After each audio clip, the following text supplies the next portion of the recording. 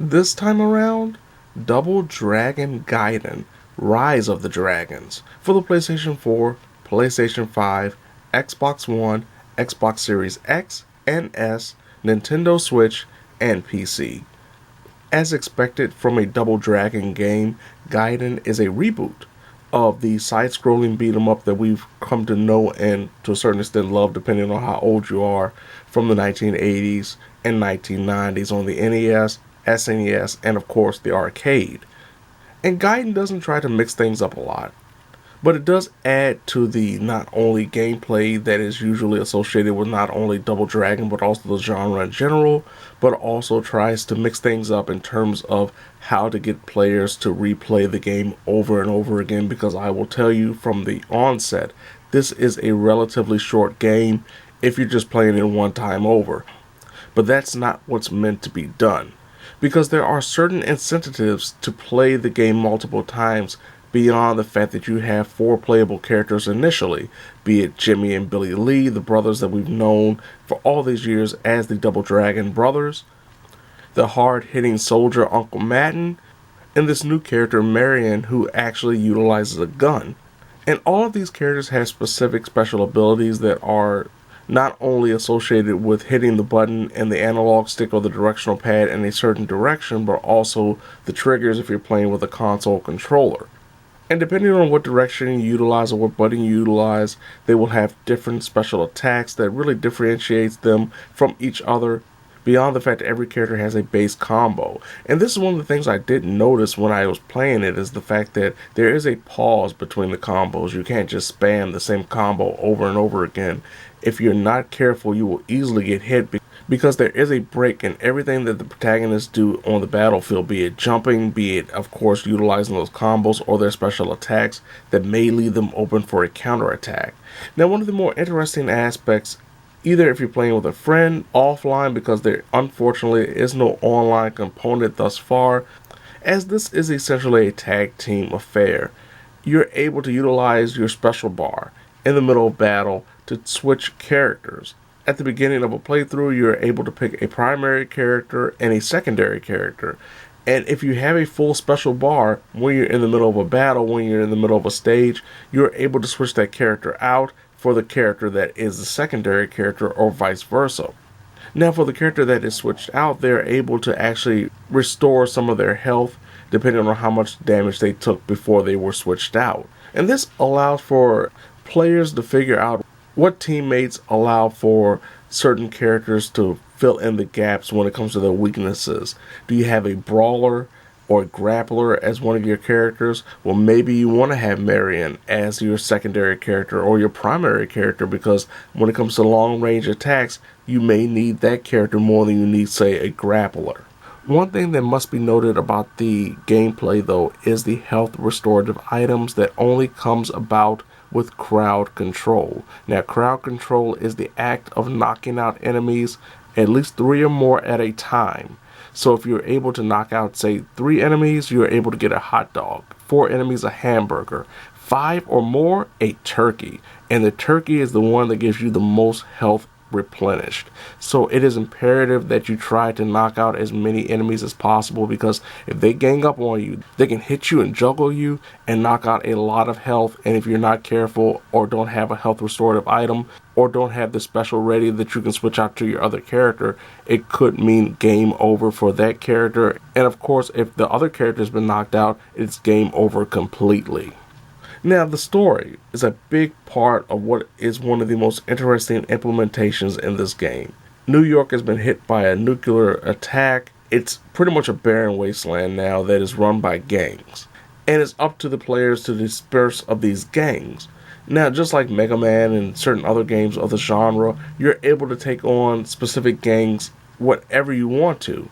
But depending on when you face that gang, will determine how grandiose that stage is that you have to go through.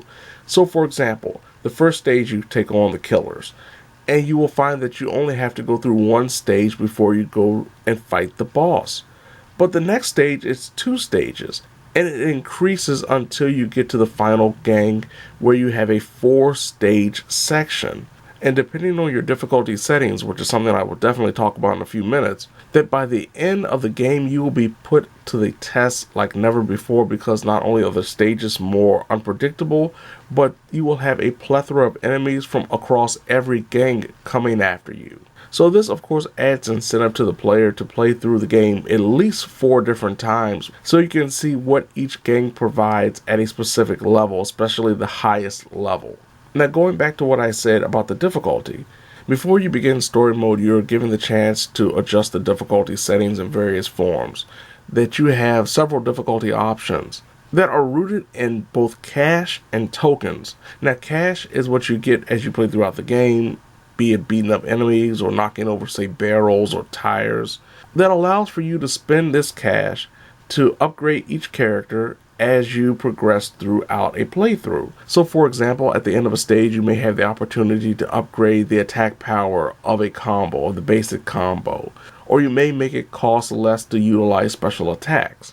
Tokens, however, are these rare items that can be used in the main menu. And this is one of the biggest things to keep players coming back for more, because utilizing tokens you're able to unlock certain things, be it music, be it art, be it tips to play the game, which are pretty useless if you've already started playing the game and you learn a lot of these tips as you play without the necessity of spending tokens. But the main reason you want to get these tokens is to unlock more characters, including the bosses that you fight in this game. Depending on how much you change the difficulty, if you make it as hard as possible, it will cost less to get those tokens. But if you make it as easy as possible, it will cost more. It will also change the cost of, say, reviving your characters. If you make it easier, it costs more cash. But if you make it harder, it costs less cash. Same thing if you make sure that the player health is low, or you make that the enemies are more aggressive. The harder you make the game on yourself, the less money you have to spend. There is, of course, the risk and reward, because if you're playing the game on the hardest difficulty and you continuously die, you will not have enough money to revive your character. And considering the roguelike nature of this game, where they give you a checkpoint, but it's not really a checkpoint, you do not get these checkpoints in between stages as well as you would accept. There are no mid-stage checkpoints or save slots. So you have to bear in mind that there is a potential of losing everything if you're not careful, if you try to play this at the highest difficulty. And that is definitely something that you have to be mindful of depending on when you fight certain bosses, because they are easily the most frustrating aspect about the gameplay, because they can be just incredibly fast, especially compared to your movement speed, no matter what character you play as. And you really have a hard time taking advantage of counters and learning their patterns because of how fast they can be. Some characters can even teleport, and depending on what stage you're playing on, you may have a hard time trying to chase them and maybe even fall off a ledge and lose a significant amount of health. Technically, I didn't have any major problems. There are always these issues with side-scrolling beat-em-ups when it comes to lining up your character to defend or be offensive that sometimes you just can't help. But overall, I haven't had any general technical problems. Overall, Double Dragon Gaiden stays safe, plays it safe, but also does things a little bit different compared to the previous games, while unfortunately not having, say, an online mode to play with your friends like other side-scrolling beat-em-ups of the last few years have had. But it does give you a lot of variety, a lot of options when it comes to the difficulty, when it comes to enemy variation, when it comes to the ability to pull off certain combos, and most importantly, when it comes to unlocking characters, because it is incentivized that you play this game multiple times if you want to really get the full experience. But the question is, will you feel like getting that full experience? And thankfully, the game is not full price. It's only set at $25 depending on what system you're playing it on. So it's really a bargain bin purchase to a certain extent. That to me makes it feel a lot more worth it than it would if it was, say, $40 or $60. If you're a fan of the old school side-scrolling beat-em-ups, I definitely say check this out. You can get a digital or physical copy, thankfully, so you have the options. But if you feel that you're kind of burned out on the genre, or you are looking for something a little bit different when it comes to the genre, Gaiden doesn't really give you that much. It's just a solid side-scrolling beat-em-up. Or if you wanted to play this game online with your friends, it's unfortunate that you will not have that opportunity thus far. Maybe that changes in the future, but if it doesn't, that's a big knock on this game, because that means you only can play with someone locally.